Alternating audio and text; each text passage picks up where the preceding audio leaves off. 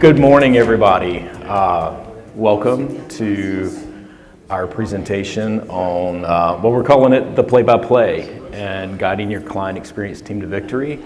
Our intention here is that this is going to be a very interactive discussion. We don't want it to be just a presentation. There is presentation as part of this, but our hope is that you guys are inspired enough to ask questions because a lot went into this project and we can't cover maybe 10% of the details within 45 minutes. So we're really hopeful you guys are inspired to ask questions. Please, we welcome them. So thank you.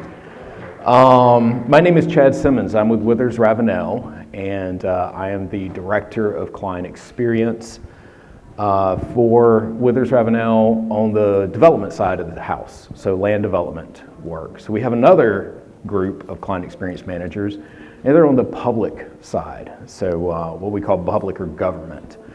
And my focus is more on the land development side. And Kristen, I'll let you introduce yourself. Yep, and I'm Kristen Herndon. I'm the dedicated client experience coordinator for our CX practice area. So I'll just reiterate again, kind of what Chad said, is that Withers Ravenel has a dedicated CX practice area. Additionally, there's a dedicated CX coordinator who gets to work on a bunch of initiatives and is in charge of that CFT tool that we all kind of know about. So that's me. I don't have an engineering or an architect background. My background is in municipal parks and recreation for the most part. And I've been at Withers for a little over 2 years. And Kristen brought a lot of great perspective to this project that we worked on, because as you'll see, this was born out of an engineering approach to try and solve a problem. And engineering approaches are great, but they're not exactly the most easy to communicate to folks who are not engineers. So it was really good to get Kristen's perspective. But a little background on Withers Ravenel. We are now up to 485 employees is the last number I heard across North Carolina, 9 offices. And it's easy for me as an engineer to say, well, we're an engineering firm, but we're not just an engineering firm. We're a multidisciplinary firm, consulting, design services, funding and asset management, environmental, engineering, stormwater, the list goes on and on, surveying, it's a lot. And they're all separated into all these different practice areas and silos. And we've been on this journey for client experience now for about, going on 7 years now. 7, yeah. And so that started with Ryan, and then also Eddie Staley, who is our senior officer for client experience and innovation.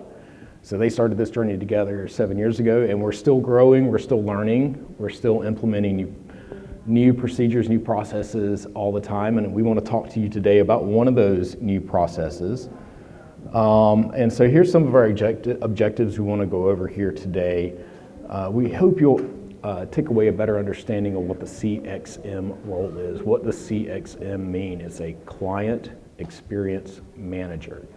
And so we actually have a team of client experience managers developed out. We don't just have one client experience director informing client experience across the entire company. We actually have a team of client experience managers that we assign to individual clients. We want to share with you some of our tactics for putting those folks on teams. How do we assign those folks to teams, and what their defined roles and responsibilities are going to be. And we want to talk about those challenges too that come with implementing a CXM program, especially when it gets down to the day-to-day relationships with other departments, with other project managers, and with our growth and our business development team. So this is very much an inward-looking project. It's not talking so much about how do we work with clients, is how do we work with the team who's behind us to make sure that the client is getting the experience they expect. All right, so right here, this is our elevator pitch for what a client experience manager is. And in short, we're brand ambassadors for the Withers Ravenel Way. There's a lot of serve as points in there, data points, bullet points. But in the end, we're promoting client loyalty, driving profitability and growth through that loyalty, and ensuring our teams work collaboratively to deliver consistent and unsurpassed client experience. That's great, short, concise, not a whole lot of detail in that. And so what it doesn't answer is, well, how does that happen? When does that happen? Where does that happen? Give me the details. What am I responsible for? And so what we embarked on was a mission here to add a lot more detail to that, what was missing from this statement. And not only that, how do we do all those things that Chad mentioned, but do it successfully? That's right. And still keep the client engaged and happy with us. Yeah. So yeah, when I became director of client experience, one of the consistent things that I heard from our client experience managers was a lot of frustration, lack of clarity. What's my role? I've got this new role where I'm a client experience manager, but I came out of a project management background, which most of our CXMs on the land development side do. And they had a really hard time letting go of those responsibilities as project managers, but here they are being asked to be client experience managers too. They're like, all right, well, what's the difference? What can I set aside?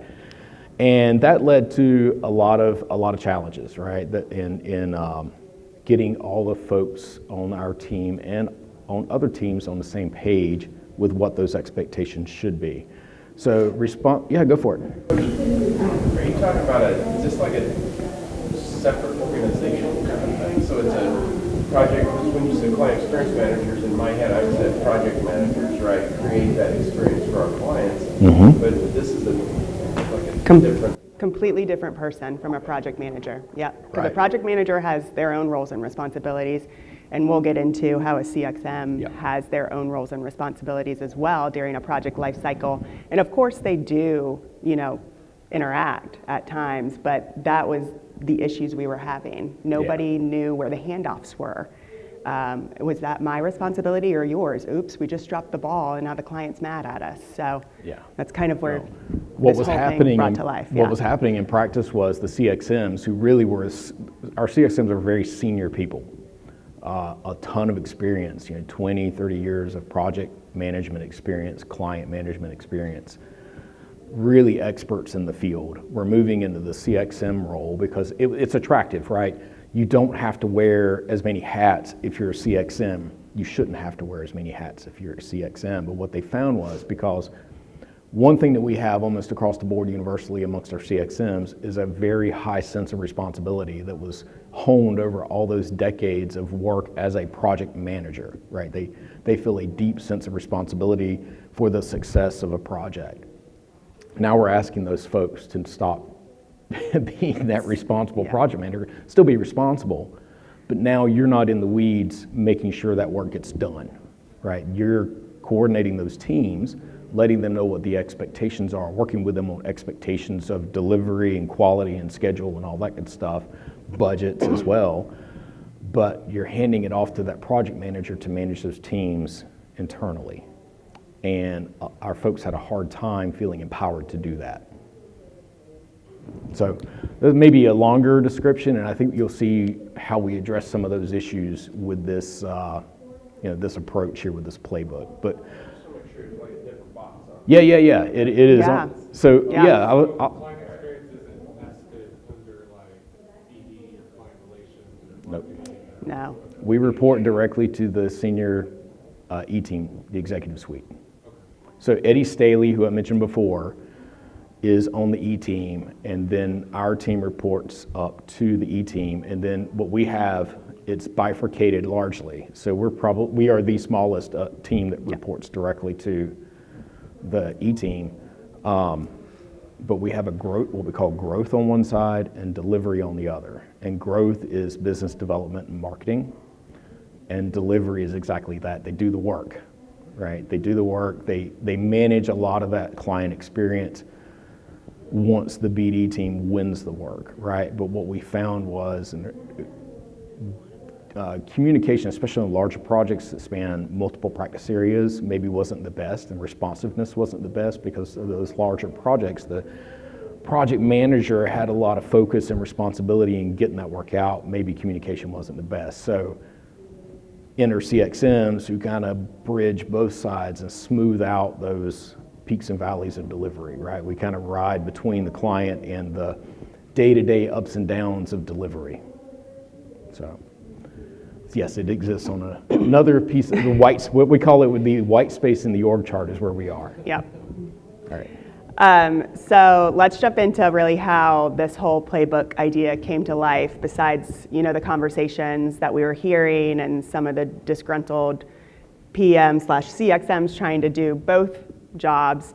It really started with two things, our Q12 survey and our VTO initiatives.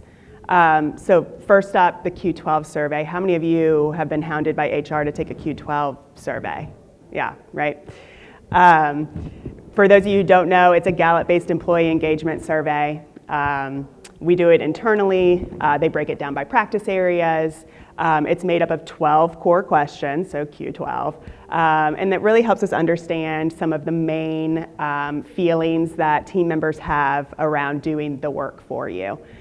So it's about their roles, their growth, their relationships, how connected they feel to the company's mission. Do you have a best friend at work? We all see that question come across as well. But it's not just about checking the box for us. We really use this data to make real-time decisions. So as you'll see over here on the screen, one of the lower scores was question number 1. I know what is expected of me at work. So that really popped out to us. One of the big takeaways, of course, as you've heard, is people were craving more clarity, especially around the role of a CXM and what they do. So again, just to reiterate, this information came straight out of our client experience practice area. So there were about 10 of us, I think, when this information came out. And that feedback, of course, was a huge spark for the playbook. And now we'll talk a little bit about our VTOs. And if you're like me, I didn't come from the corporate world. I had no idea what a VTO stood for, but it's a vision traction organizer. So it really lays out our goals, the action items to reach those goals, and our core rocks, which we're calling our goals. So we knew kind of what we needed to focus on to move the needle. And one of those key initiatives, well, you guessed it, it's defining what a CXM is and what they do. So the VTO really helped us prioritize our issues and strategically focus on 5 items throughout the year. And of course, they were all tailored specifically towards our practice area. So here's how it really all connects. That Q12 survey told us what our people within the CX practice area, what they needed. They needed more clarity and more support. And then the VTO tells us where we're going, and that defining and broadcasting that role of CXM was a big part of that journey, because additionally throughout the company, we learned too that other people didn't really know how CXMs fit in and what they really were responsible for. So the playbook is that bridge between the two of them. It's really our way of turning the feedback into action. Yeah. So initially, we kind of envisioned this, at least when I was working on it, I was getting that informal feedback from our team that this was going to be a very engineering approach, right? Like I'm going to end up building up an outline with details about what you're supposed to do when and who you're supposed to contact, and here's this policy and here's this procedure, and it was going to be probably 100 pages long with no graphics at 10-point font and bulleted. And if that sounds like it's going to put you to sleep, it did. I fell asleep at night working on it. Yeah, engineering, that's a new word. I've used that before. We're going to use that in the future. But the hard part is like we're not just an engineering firm. That's our roots. But like I said before, we've got all these other practice areas who aren't engineers or don't use engineers, work with engineers and roll their eyes every time they have to do it. But we have landscape architects and professional geologists and professional land surveyors and designers of every different stripe. And it's a broad base of folks that we as CXMs are responsible for pulling together to get a project done. So it's important that we not just speak our language as production people or engineers. Yeah, so we talked about the why behind it. So now let's kind of chat about how we built it. And I just want to remind everyone that it's not something that we cooked up in a vacuum and pushed it down from the executive suite to the little people doing the work, the delivery teams. We wanted to make sure that the playbook really reflected the real experiences of our CXMs and how they worked with everyone across practice areas. So we really just started by listening. We gathered feedback from the Q12 survey, of course, one-on-one conversations. We had team meetings, we had informal chats. We asked questions like, where are the pain points? What's unclear? What do you wish you knew more about client experience and a client experience manager? And then from there, we kind of just started drafting. And let me tell you, it wasn't perfect the first time or the second time or the third time.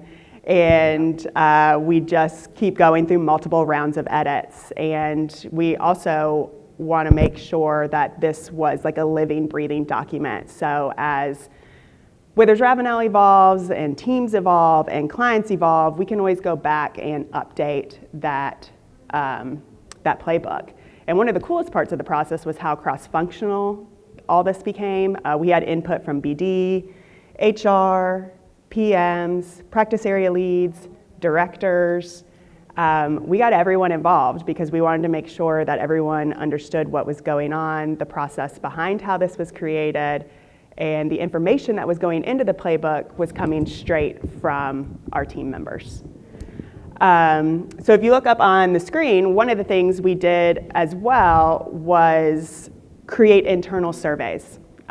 So we created a survey that was specifically for the CX practice area, and then we also created a survey with the same questions that was handed out to practice area leads and directors, because we really wanted to get their thoughts on what they thought, and use that information to help us build the playbook. So what you're seeing here is overall people in the CX practice area have a stronger understanding of what a CXM does on a day-to-day basis, which is great. That's what we want. They live it, they do it every day. But when we look at the external practice areas, the score did dip a bit, especially around things like how CXMs are assigned to projects, and whether or not they see it as a viable career path. And I do want to mention as well that these were scored on a 1 to 5 scale. So what you're seeing is out of 5, and these are the averages for the questions. And if you take a look at the questions that are circled, these are kind of the ones that we focused on the most, just because we did see a little bit of a discrepancy kind of in the scores from internal to external practice areas. But there's good news too. Across the board, people believe that client experience is beneficial to project outcomes. And that's huge, right? They see the value and it's recognized. We just need to do a better job of explaining the how and the when.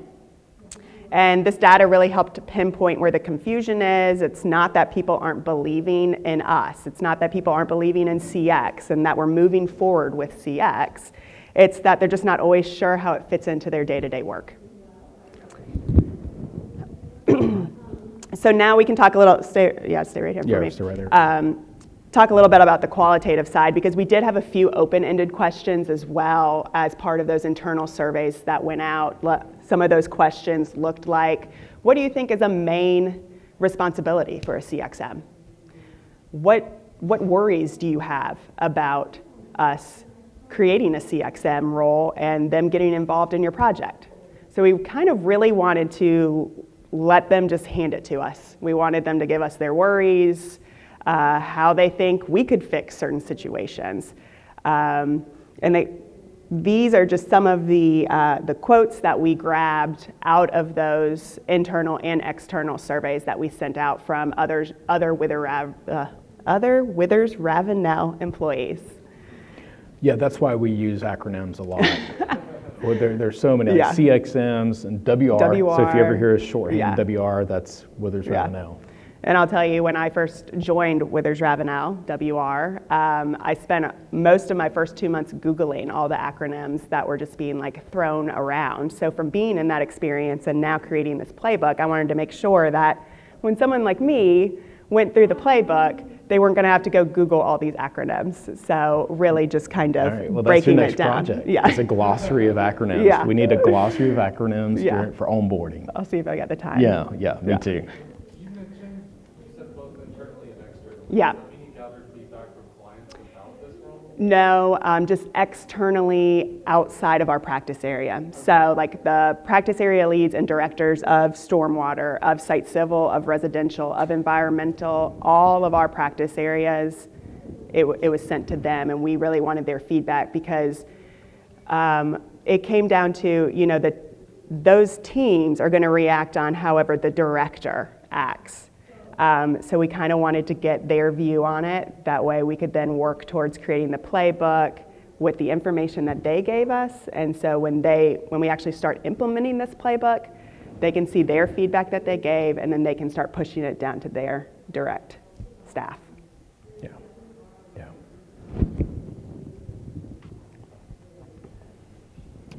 All Yeah, right. there was Yeah. another question? No? Okay. Okay. So, going back to this, so it was initially a messier approach, but this is actually a good screenshot of a couple of pages out of our playbook, and it kind of outlines or it demonstrates in blood the back and forth that we had with our delivery folks on this process. So in Withers Ravenel, we have a director of project management who is a project management professional, has decades of experience, Warren Ladbrook, in project management with companies far larger than Withers Ravenel, and really a good person to have on board if the name of your game is growth. And so Warren is an encyclopedia of processes and policies and procedures when it comes to project management. And so one of the things that we really needed to do was align our processes with the project manager's processes so that we could all be on the same team. And so what you see here are a lot of Warren's comments, a lot of our red lines. It was a messy, long, drawn-out process to get that buy-in, but we got the buy-in, right? We're at the point now where we have full buy-in and we're rolling out. And just to mention too, like this photo, like before we handed it over to Warren for the edits, we were like, yeah, we've been through like 7 edits already. Like we're there. We're almost at the finish line, and then Warren hands it back to us with all these red lines, and we're like, oh shoot, okay, well, I'm glad we shared it with him because like a lot of his edits make sense. And then there are also other things that we just had to have conversations with them about where we see CX going and where we see the CXM fitting here. So. Well, the good news is this is already somewhat out of date, so we're already looking at the next version. And what we need to do is, as that team starts to roll out new policies and new procedures, we're going to have to be flexible and go with that. Sorry. Yeah. No. You mentioned, having those conversations before. How significant, what were the hurdles y'all had to face, like this early on in the process, sharing what CX is with people, giving them an understanding of the importance of it? Well, I think the biggest challenge that we had was making it a more inclusive document for all groups within Withers Ravenel, and I think we had to push back. Where we had to push back on that a little bit was this is not a guide for other practice areas. Our intended audience with this, our primary audience, are CXMs. Because that's what initiated this, and a lot of the friction that we were having too. So in my experience, I had it with our development team vis-a-vis project managers and delivery. On the public and government side of the house, it was more with our business development and growth teams, because that side of the house is where a lot of the business development folks already have pre-existing relationships. So now you've got that friction of who's doing what, right? And so when we first built this, we had a section defined our relationship vis-a-vis growth and business development. And then we had a section that defined our relationship vis-a-vis the project delivery teams. And Warren, that was probably the biggest piece of feedback that Warren came back and probably had the biggest impact. And that's where a lot of this blood comes from, is is don't do that. We're all on the same teams. Like, you're absolutely right. We're all on the same team. We all have a role to play regardless of where we are within the client life cycle. And I'll say too that this playbook more just focuses on the CXM. CX is already like very bought into at Withers Ravenel. Yeah. We do a really great job of implementing it. I think our Jim, our CEO, is that what we call him? President. President. He does a really great job of saying you're always talking to a parade. So like, we always bring on new people, we're onboarding. Yep. There could be some turnover. So we're always just like implementing and hounding CX into meetings and huddles, and we share feedback in the data and proving how CX is actually increasing our share price for our company. So the buy-in for CX is already there. Now we're creating the CXM playbook to make hopefully life a little bit easier for everybody. Yeah, I mean, it comes down to what Ryan and Eric were talking about this morning. This is very much an execution-focused approach. The strategy is already in place. There's buy-in on the strategy. We have the program, the buy-in from the E-team. What we were really struggling with was the execution. And so a couple of things from Ryan. Ryan said a CX program is supposed to, number one, strip away the one more thing. And number two, make the workload lighter for clients, PMs, and leadership. So that's what we're trying to accomplish with this document. And then Eric said it's supposed to inspire consistent execution. And that's, again, what we're trying to accomplish with this. Yeah. All right, so here it is, the star of the show, the CXM playbook, guys. And of course, this is just months of listening and learning, and just a great resource built by and for the people doing the work. And as Chad mentioned, we wanted it to feel approachable. We wanted to make sure it was useful. We wanted to make sure it just wasn't going to go on paper and get thrown in a drawer. And it's the real feedback from our team members. This just isn't corporate fluff. It's what we heard from teams, from directors. It's practical, it's grounded, and it's their feedback. It includes the role definitions, process flows, communication, handoffs, applicable charts, how to do things successfully. And it's never been about adding a process, as Chad mentioned. It's about making things easier and easier for our clients to work with us, easier for us to work internally together and successfully, and everybody wins. Yeah, there's no new processes in this. There are no new policies in this. Nothing about this is creating a new, you're supposed to do it this way kind of thing. It's just taking all those things that we are supposed to do already and clarifying who's responsible for what, where are those resources as well, because that's another thing. When we didn't really have a one-stop shop for where are all the tools and where are all the resources. So this has got links embedded in it to point back to our intranet page for finding, project initiation spreadsheets and policies on new opportunity development and things like that. All right. And here's just a quick look of what's inside. We start with the basics, what a CXM is, what they do, how they fit into the larger picture. Then we get a little bit more into the nuts and bolts and how CXMs are assigned. And then what tools and processes everybody needs to do to complete projects successfully. There's also a section on communication and how to handle internal handoffs and how to keep everyone aligned. And then finally, we've got some real world scenarios and facts as well. And really just some clear guidance on even how to handle some sticky situations. Yeah. Do you have a CXM for every one of your clients, or just tier 1 clients, or?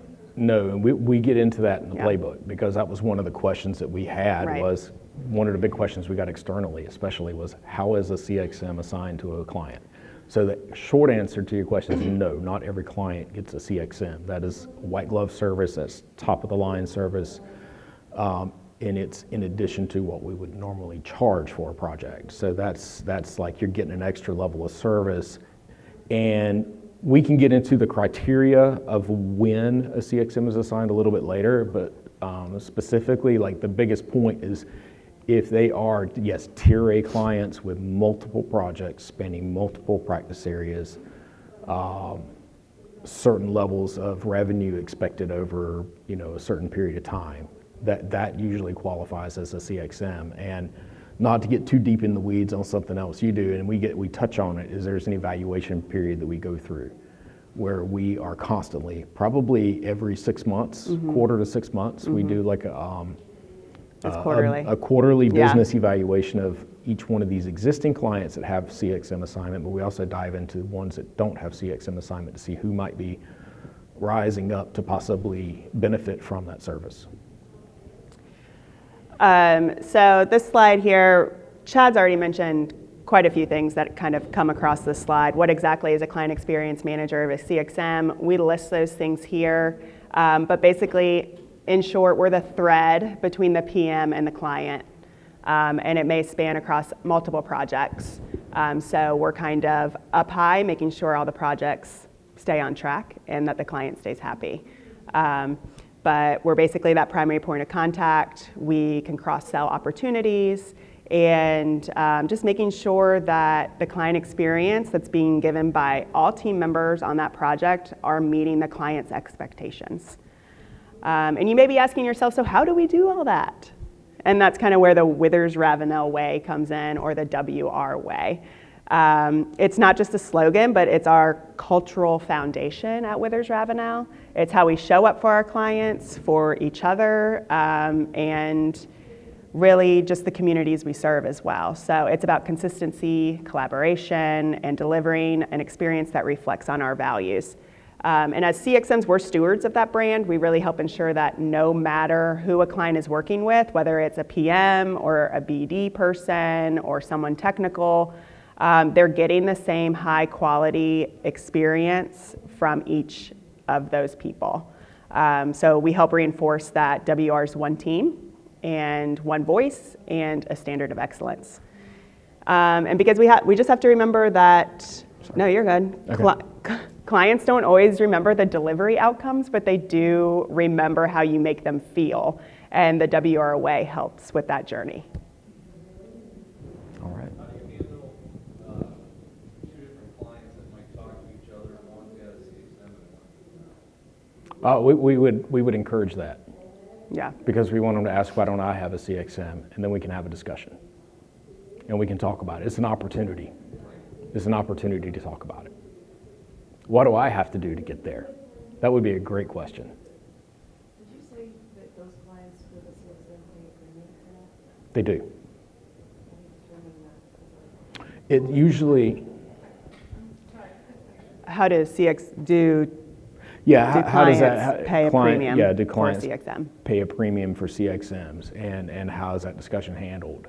And it's usually, well, that's why it works better with bigger projects, right? Because it's less of the percentage hit is less because we're not as interested in individual project execution. We're more interested in multiple project execution.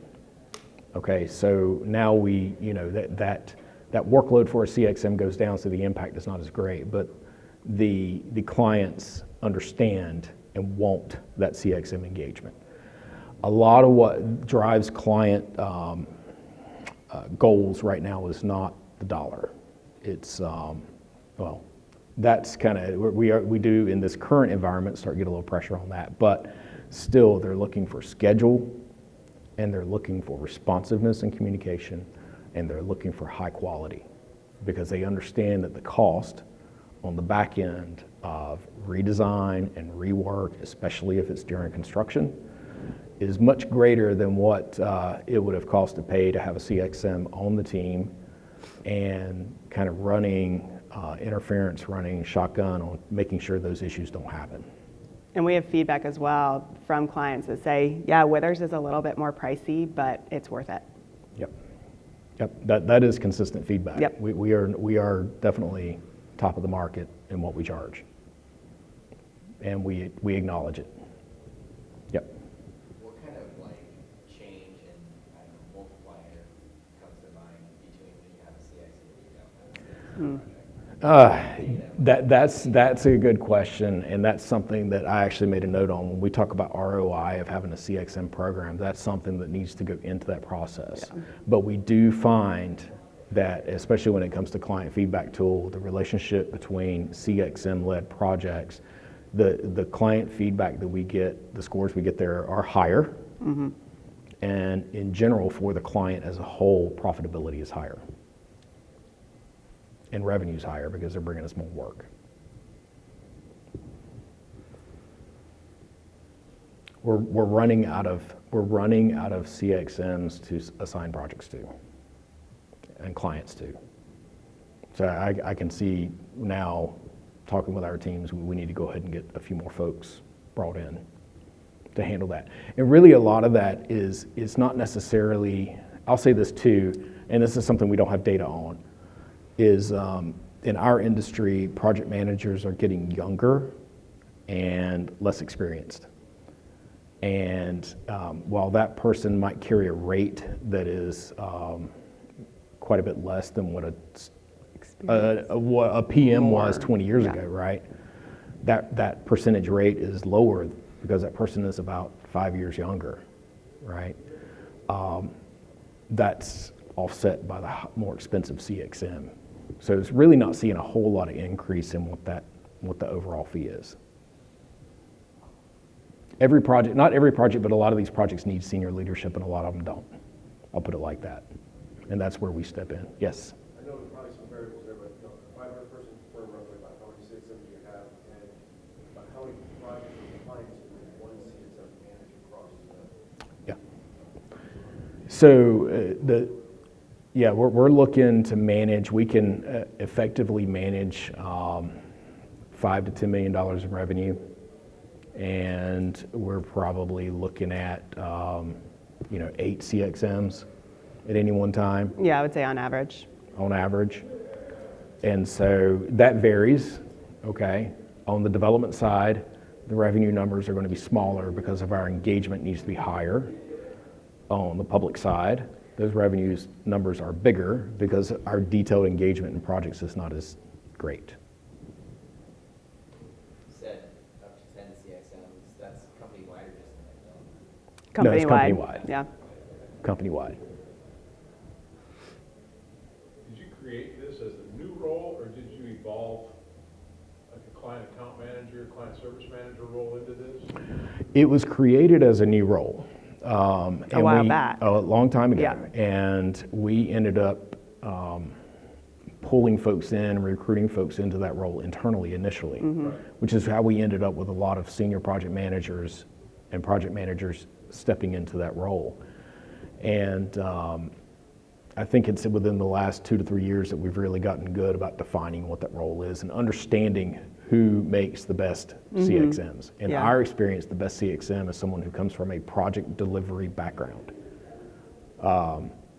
Someone who gets in the weeds, because if you look at a breakdown of what a CXM, their typical workload looks like, it's about 50 to 70% in projects, in delivery of their work week should be in project delivery. Then it's about 10% in project development, new projects opportunities, and then another 10 to 20 or 20 to 30% or so just in client development that doesn't show up on an invoice, right, to the client. And so that's how that breaks down. So that's a large piece of what we do is focused on delivery and working with those delivery teams. We were missing a lot of how to work with those delivery teams and what is the best way to be most efficient. And I think that's getting back to your point about, and several other points about, does this thing add to the bottom line to a project? Yes, but we try to minimize that by trying to get as efficient as we can by understanding roles and responsibilities. I think sometimes too, it's on a case-by-case basis as well. Just for an example, our design and planning team, they're looking for more parks and recreation work. I have the parks and recreation relationships within North Carolina. I was very involved in the state association and the National Association for Parks and Recreation. I know a lot of the directors. So I'm slowly moving into a CXM role where there's cities and towns that have multiple projects with Withers Ravenel, and especially parks projects. So even though I don't have that technical background, I'm still thriving as a CXM because I can't get into the weeds. I don't know how to get into the weeds because I don't have the technical background. So I'm actually doing a really great job at it. Well, I think the best part, and you have this background too, is Yeah. just in managing Multiple, delivery and managing multiple projects with a budget, projects with a team, projects with a schedule, and getting it delivered on time. If you have experience in that, we find that person makes a really good CXM.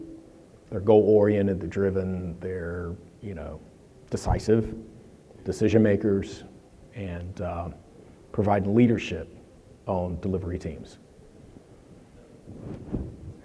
No, No, go you're for it. This good. is what Yeah. we wanted. If we skip other sections, that's great, Yeah. because there's some really dry stuff in here. So you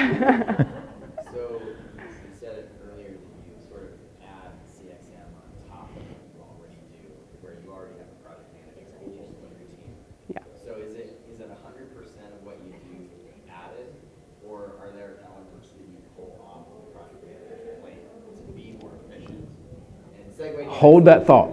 Hold that thought. Yeah. We're going to get there. I think it comes after this slide. Yeah.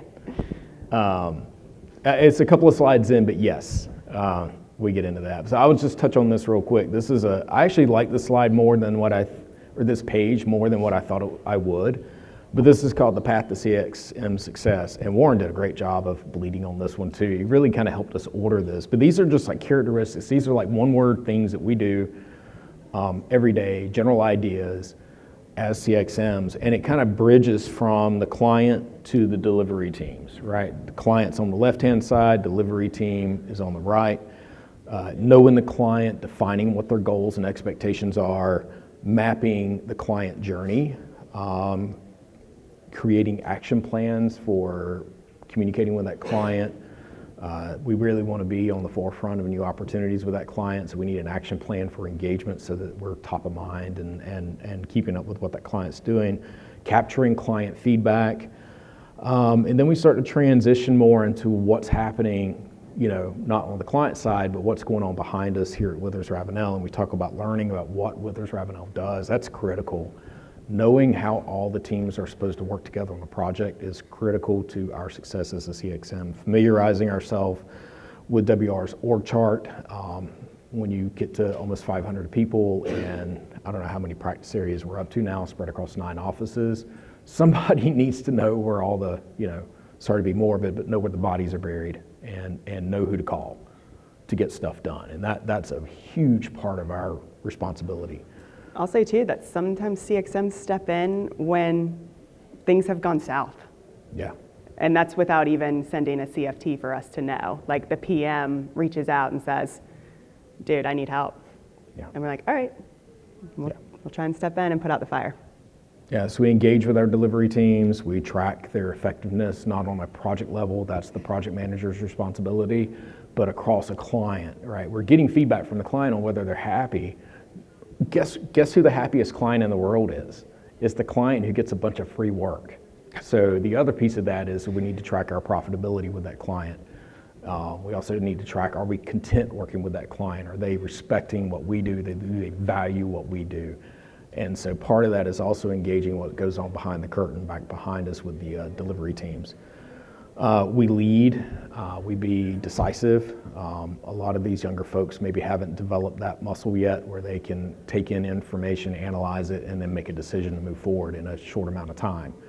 And so we try to help with that as well.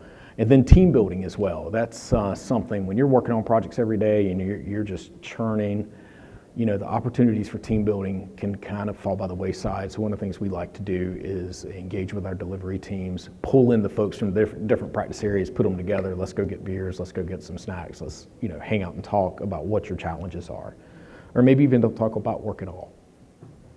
All right. We have 15 minutes. Yeah. So I'll Okay. be quick here.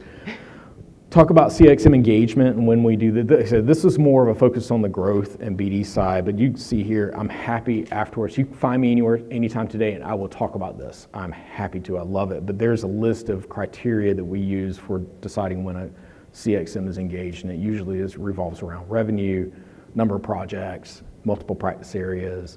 On the public side, whether there's an on-call contract, so that means that you sign it. For those who aren't in the engineering and architecture world, it's when a municipality signs an agreement with you and then they start writing task orders off that on-call. And so usually you need one person who knows, and those task orders can go to 5 different practice areas, so you need some coordination there. So this is kind of our process for making a determination on when to assign a CXM. We start by evaluating existing client data internally on our own. That's what Kristen does. Step 2, bring in stakeholders internally on our team to talk about it. Are you guys, to the point where you need CXM assistance on this? What's the client thinking? What do you guys think the client's thinking? That sort of thing. Then we look at the client journey chart with our stakeholders, and what this is the client journey chart here. This is the green line is CXM engagement. The gray line is the client officer. So client officers aren't necessarily business development officers. They could just be someone on the team who has the long-standing relationship with a client. And then the orange line is the project manager. So what you see here is this is probably the best chart. This is the most informative chart on here when it comes to a client assignment. That client officer, they're supposed to step back, right? Once you bring that CXM in, client officer steps back, but they never go back to zero.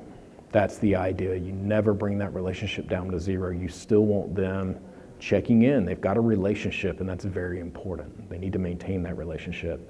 But now we're reaching a point where we're reaching, peak project production. Okay, we're churning out 4 or 5 projects simultaneously in different levels of design or concept or permitting or construction.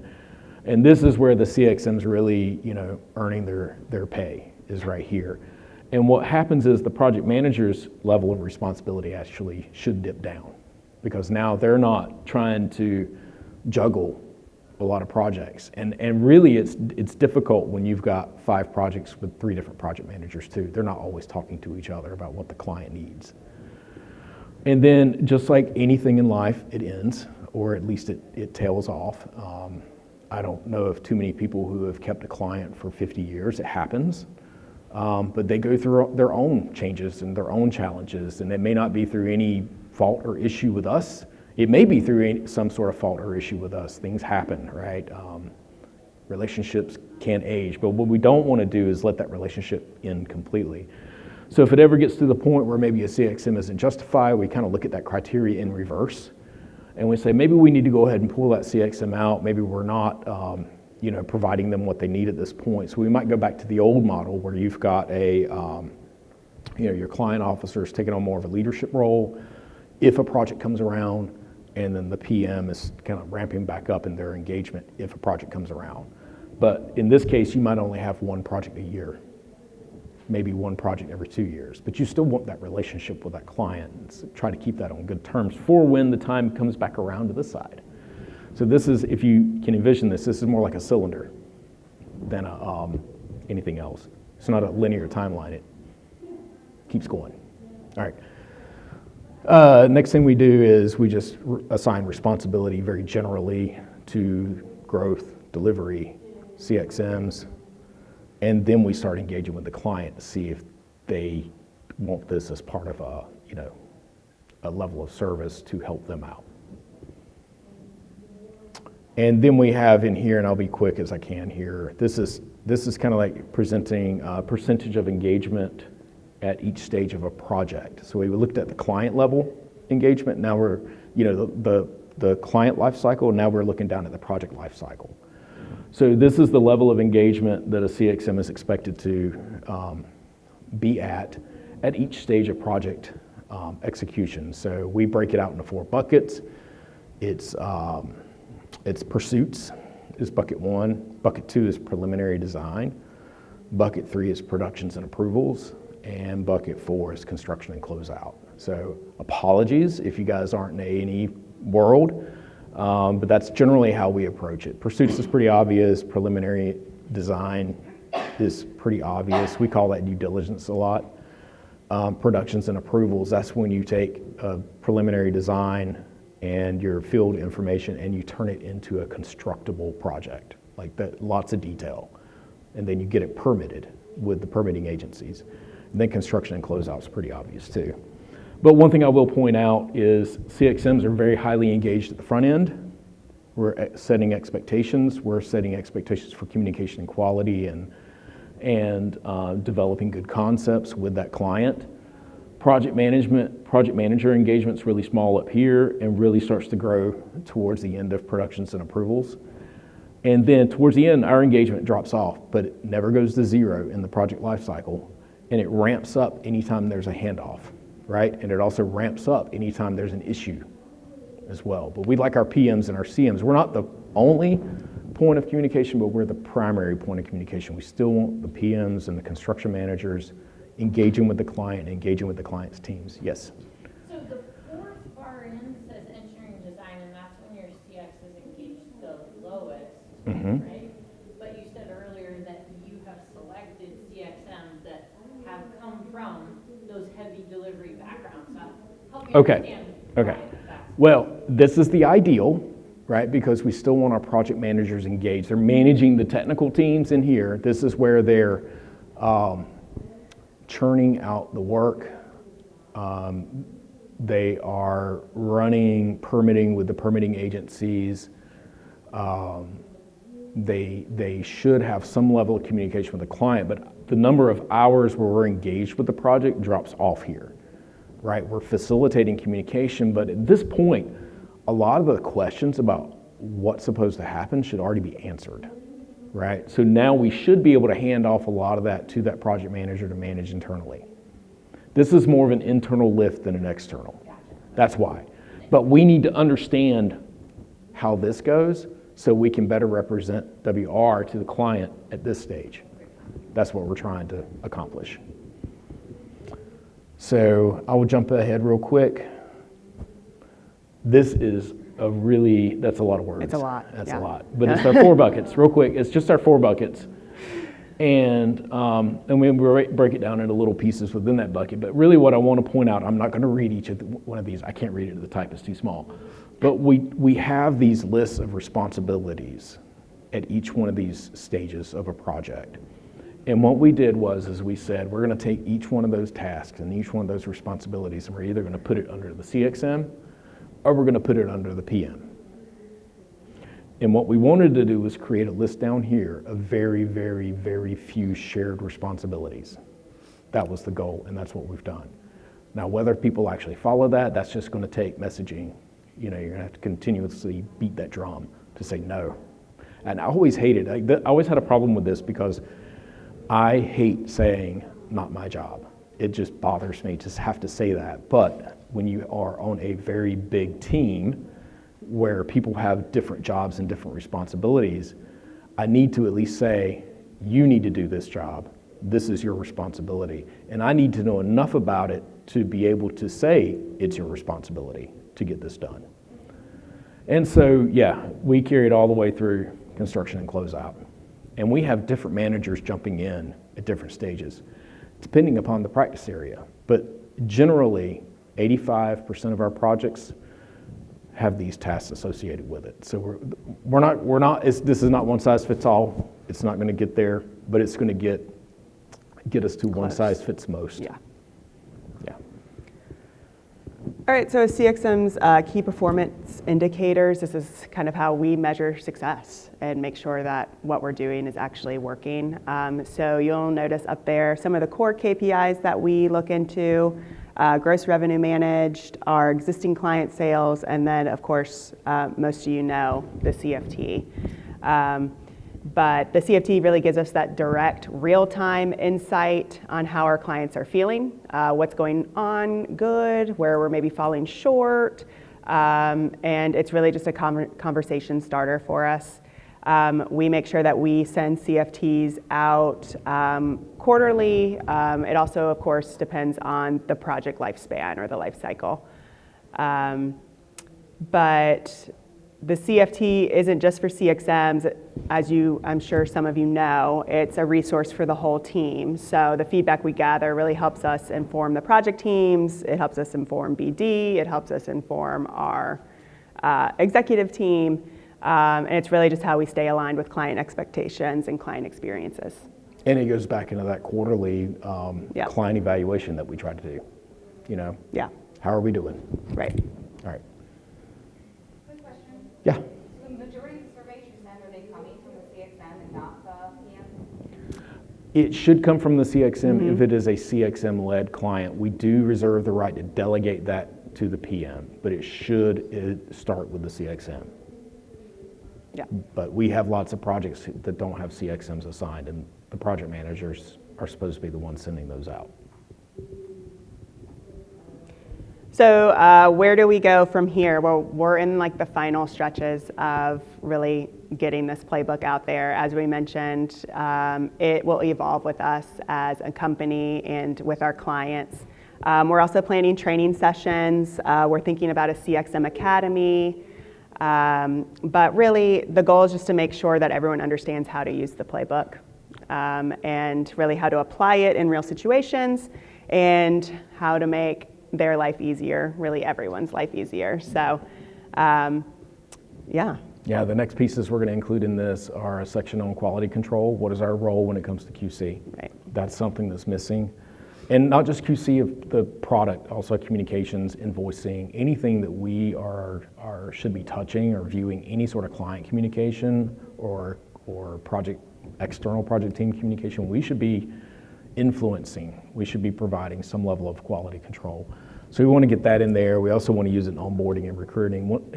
Once you've got a defined role, it makes it a lot easier to recruit to that role. All right. So I'm gonna jump ahead here a little bit since we're about out of time. Yeah. And we've got like a minute left here. Questions, right? If you guys have questions, fire them at us. I'm happy to stick around. I will stay here as long as you want and keep answering questions. So if you want to, I've had enough and head out, that's fine. Or if you want to come up and ask questions, that's great too.